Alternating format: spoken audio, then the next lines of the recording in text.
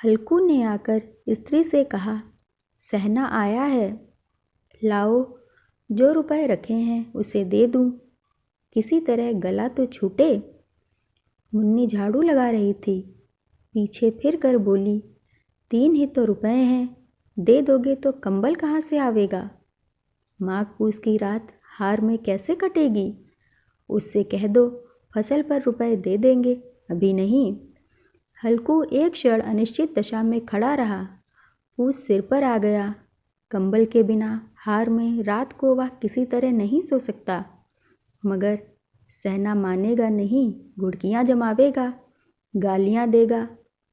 बला से जाड़ों में मरेंगे, बला तो सिर से टल जाएगी। यह सोचता हुआ वह अपना भारी भरकम डील डॉल लिए हुए, जो उसके नाम को झूठा सिद्ध करता था, स्त्री के समीप आ गया और खुशामद करके बोला, ला दे दे, गला तो छूटे। कंबल के लिए कोई दूसरा उपाय सोचूंगा।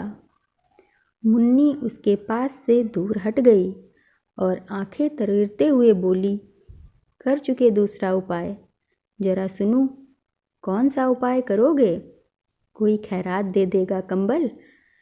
न जाने कितनी बाकी है जो किसी तरह चुकने में ही नहीं आती। मैं कहती हूँ, तुम क्यों नहीं खेती छोड़ देते? मर मर कर काम करो, उपज हो तो बाकी दे दो। चलो छुट्टी हुई, बाकी चुकाने के लिए ही तो हमारा जन्म हुआ है।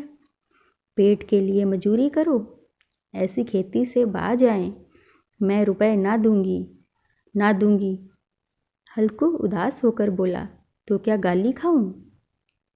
मुन्नी ने तड़प कर कहा, गाली क्यों देगा? क्या उसका राज है? मगर यह कहने के साथ ही उसकी तनी हुई भौहें ढीली पड़ गईं। हल्कू के उस वाक्य में जो कठोर सत्य था, वह मानो एक भीषण जंतु की भांति उसे घूर रहा था। उसने जाकर आले पर से रुपए निकाले और लाकर हल्कू के हाथ पर रख दिए।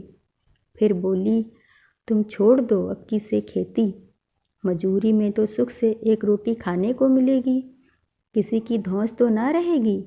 अच्छी खेती है, मजूरी करके लाओ, वह भी उसी में झोंक दो, उस पर से धौंस। हल्कू ने रुपए लिए और इस तरह बाहर चला गया मानो अपना हृदय निकाल कर देने जा रहा है। उसने मजूरी से एक एक पैसा काट कर 3 रुपए कंबल के लिए जमा किए थे। वे आज निकले जा रहे थे। एक एक पग के साथ उसका मस्तक अपनी दीनता के भार से दबा जा रहा था। पूस की अंधेरी रात, आकाश पर तारे ठिठुरते हुए मालूम होते थे। हल्कू अपने खेत के किनारे ऊख के पत्तों की छतरी के नीचे बांस के खटोले पर अपनी पुरानी गाढ़े की चादर ओढ़े पड़ा काँप रहा था। खाट के नीचे उसका संगी कुत्ता जबरा पेट में मुंह डाले सर्दी से कूं कूं कर रहा था। दोनों में से एक को भी नींद ना आती थी। हल्कू ने हाथ निकालकर जबरा की ठंडी पेट सहलाते हुए कहा, कल से मत आना मेरे साथ, नहीं तो ठंडे हो जाओगे। यह रांड पछुआ न जाने कहाँ से बर्फ लिए आ रही है। उठूं, फिर एक चिलम भरूं, किसी तरह रात तो कटे। 8 चिलम तो पी चुका। यह खेती का मज़ा है। और एक एक भाग्यवान ऐसे पड़े हैं जिनके पास जाड़ा जाए तो गर्मी से घबरा कर भागे। मोटे मोटे गद्दे, लिहाफ, कंबल। मजाल है जाड़े का गुजर हो जाए। तकदीर की खूबी है, मजूरी हम करें, मज़ा दूसरे लूटेंगे। हल्कू उठा और गड्ढे में से जरा सी आग निकालकर चिलम भरी। जबरा भी उठ बैठा। हल्कू ने चिलम पीते हुए कहा, पिएगा चिलम? जाड़ा तो क्या जाता है, हाँ जरा मन बहल जाता है। जबरा ने उसके मुंह की ओर प्रेम से छलकती हुई आंखों से देखा। हल्कू आज और जाड़ा खा ले, कल से मैं यहाँ पुआल बिछा दूंगा, उसी में घुसकर बैठना, तब जाड़ा ना लगेगा। सहसा जबरा ने किसी जानवर की आहट पाई। इस विशेष आत्मीयता से उसमें एक नई स्फूर्ति पैदा हो गई थी। जो हवा के ठंडे झोंकों को तुच्छ समझती थी, वह झटपट उठा और छतरी के बाहर आकर भौंकने लगा। हल्कू ने उसे कई बार पुचकार कर बुलाया, पर वह उसके पास ना आया। हार कर चारों तरफ दौड़ दौड़ कर भौंकता रहा। एक क्षण के लिए आ भी जाता तो तुरंत ही फिर दौड़ पड़ता। कर्तव्य हृदय में अरमान की भांति उछल रहा था। 1 घंटा और गुजर गया। रात ने शीत को हवा में धधकाना शुरू किया। हल्कू उठ बैठा और दोनों घुटनों को छाती से मिलाकर सिर को उसमें छिपा लिया। फिर भी ठंड कम ना हुई। ऐसा जान पड़ता था सारा रक्त जम गया है, धमनियों में रक्त की जगह हिम बह रहा है। उसने झुककर आकाश की ओर देखा। अभी कितनी रात बाकी है। सप्तऋषि अब भी आकाश में आधे भी नहीं चढ़े। ऊपर आ जाएंगे तब कहीं सवेरा होगा। अभी पहर से ऊपर रात है। उसने पास के अरहर के खेत में जाकर कई पौधे उखाड़ लिए और उनका एक झाड़ू बनाकर हाथ में सुलगता हुआ उपला लिए बगीचे की तरफ चला। जबरा ने उसे आते देखा तो पास आया और दुम हिलाने लगा। थोड़ी देर में अलाव जल उठा। उसकी लौ ऊपर वाले वृक्ष की पत्तियों को छू छू कर भागने लगी।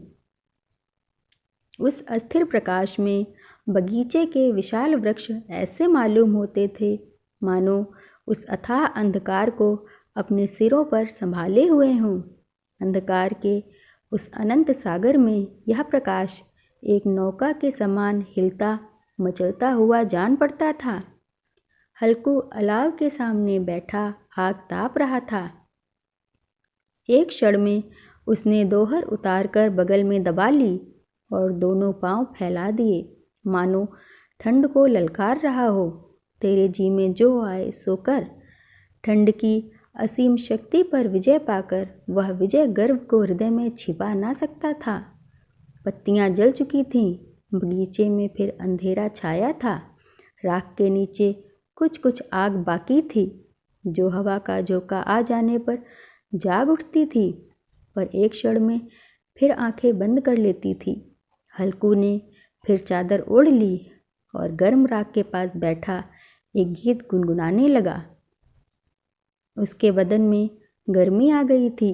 ज्यों ज्यों शीत बढ़ती जाती थी, उसे आलस से दबाए लेता था। जबरा जोर से भौंककर खेत की ओर भागा। हल्कू को ऐसा मालूम हुआ कि जानवरों का एक झुंड उसके खेत में आया है। शायद नील गायों का झुंड था। उनके कूदने दौड़ने की आवाज़ें साफ कान में आ रही थी। फिर ऐसा मालूम हुआ कि वह खेत में चर रही हैं।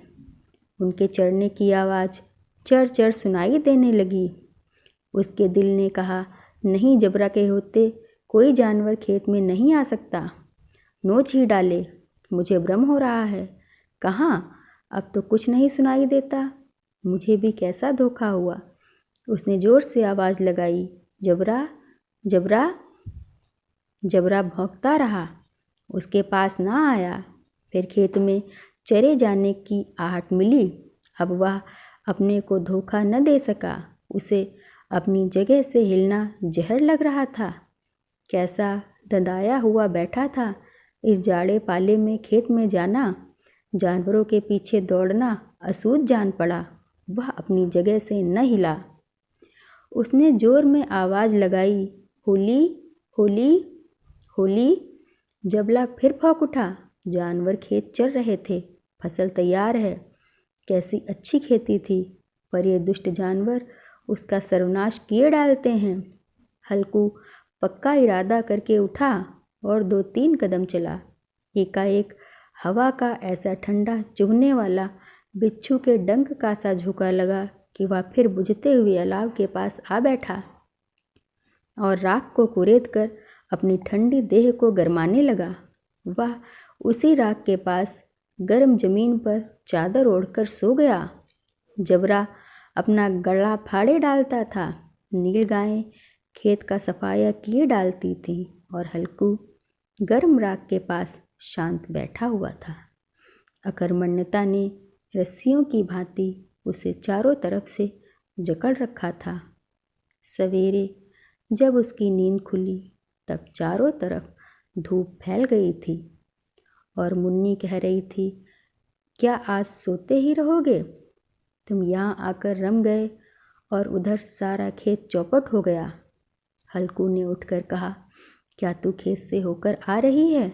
मुन्नी बोली, हाँ, सारे खेत का सत्यानाश हो गया। भला ऐसा भी कोई सोता है? तुम्हारे यहाँ मड़ैया डालने से क्या हुआ? हल्कू ने बहाना किया, मैं मरते मरते बचा, तुझे अपने खेत की पड़ी है। पेट में ऐसा दर्द हुआ कि मैं ही जानता हूँ।